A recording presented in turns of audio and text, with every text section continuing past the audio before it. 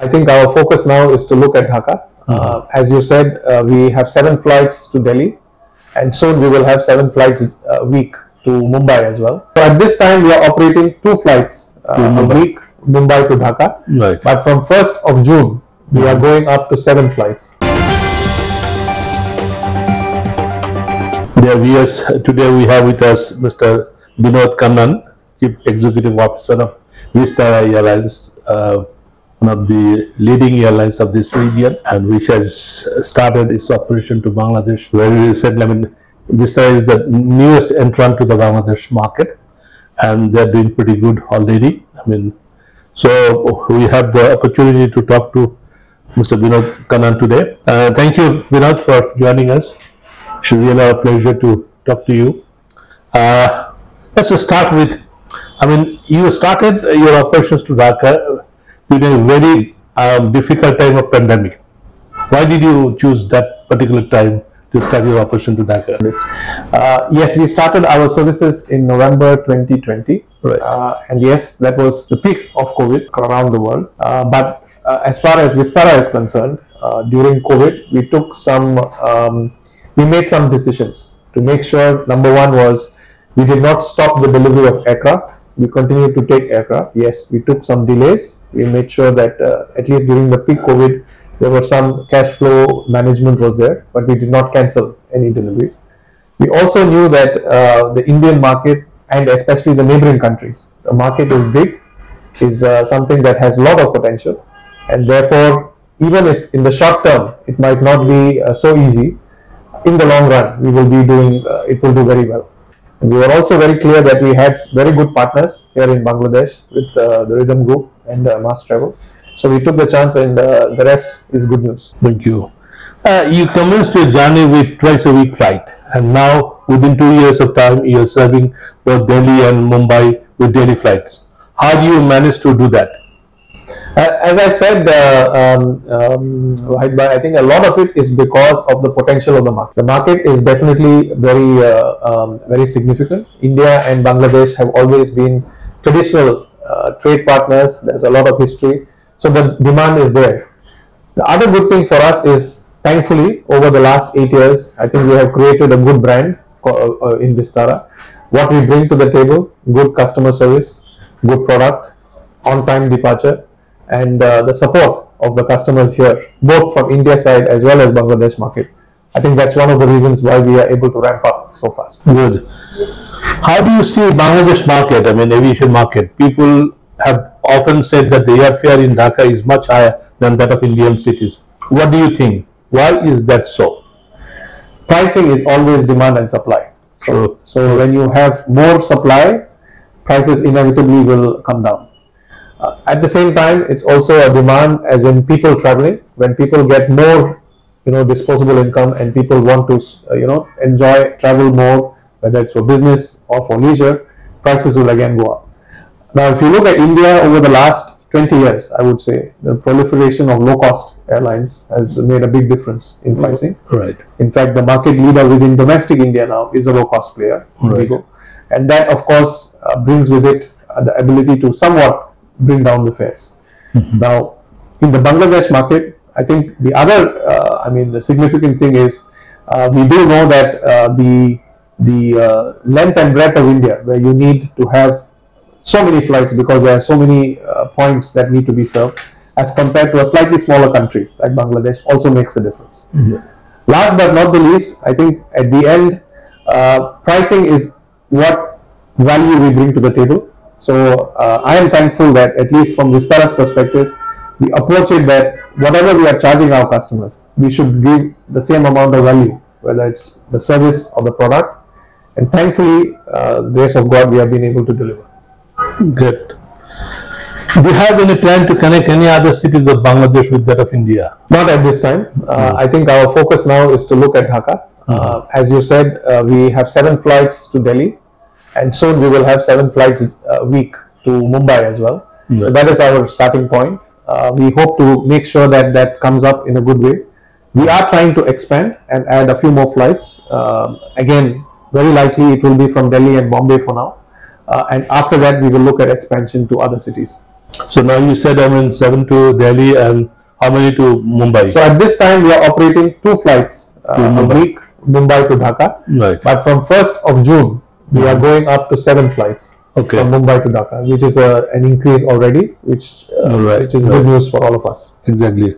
I mean, if I ask you, I mean, what kind of a passenger mix do you get from Bangladesh market? I mean, what percentage of passengers are meant for India and beyond? Yeah.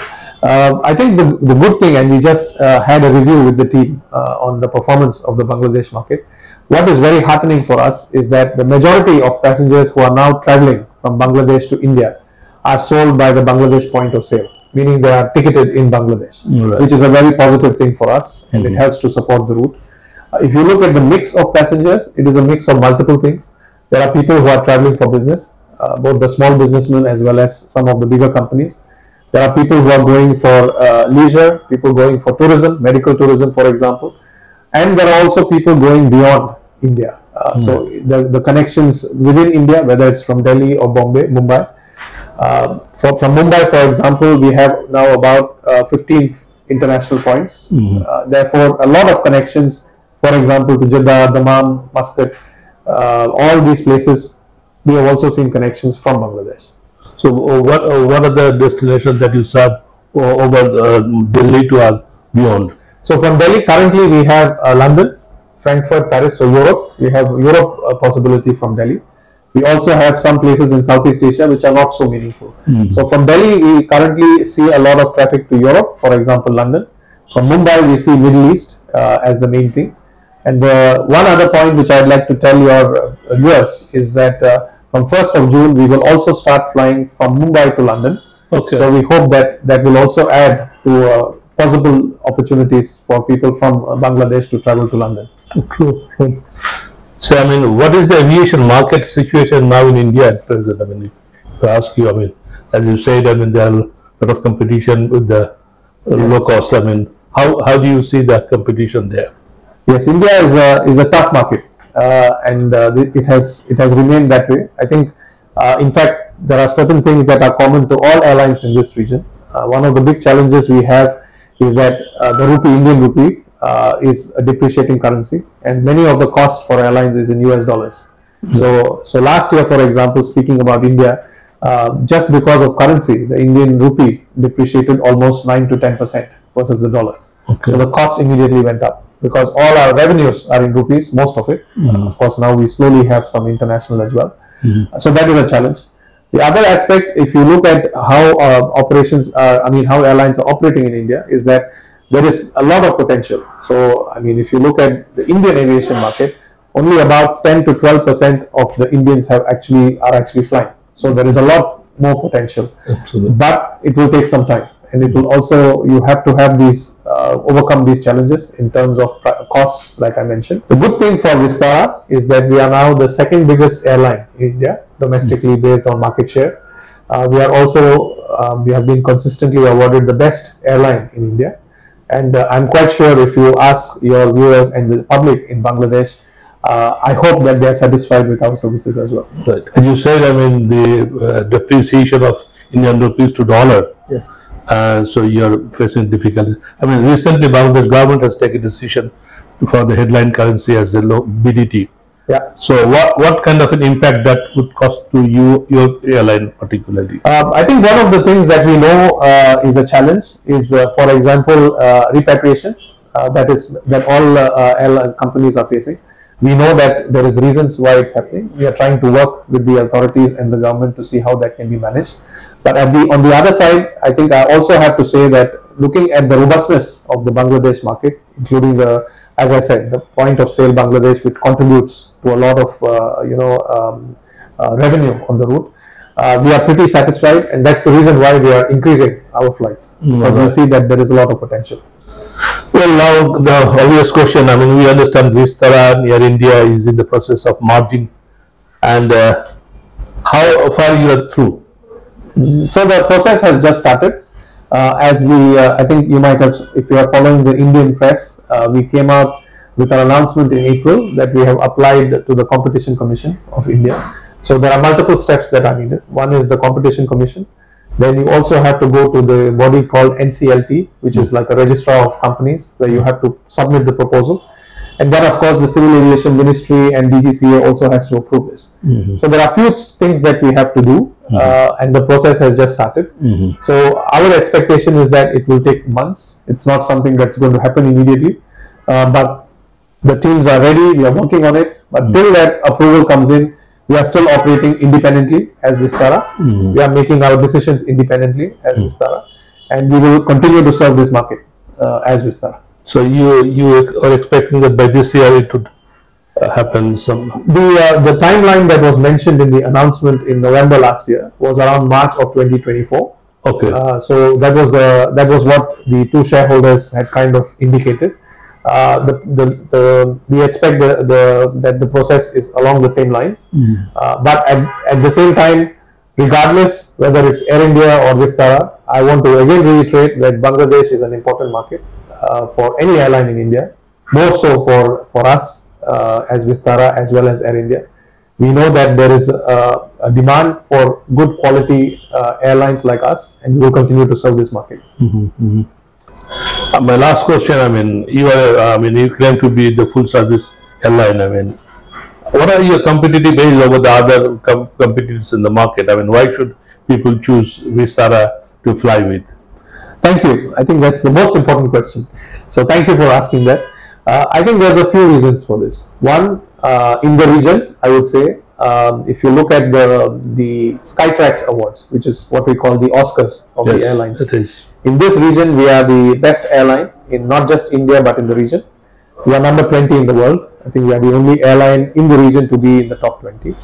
The other aspect is we have always maintained a very high level of on-time performance. We always provide products and services that are new, that our customers have come to enjoy. And we also make sure that everything we do is we keep the customer at the heart of it. So programs, initiatives, things that we do, for example, even for connecting passengers within the airports in India, we ensure that there is good facilitation. We make sure that there is a proper process for them as well. So these are small things that we try and do.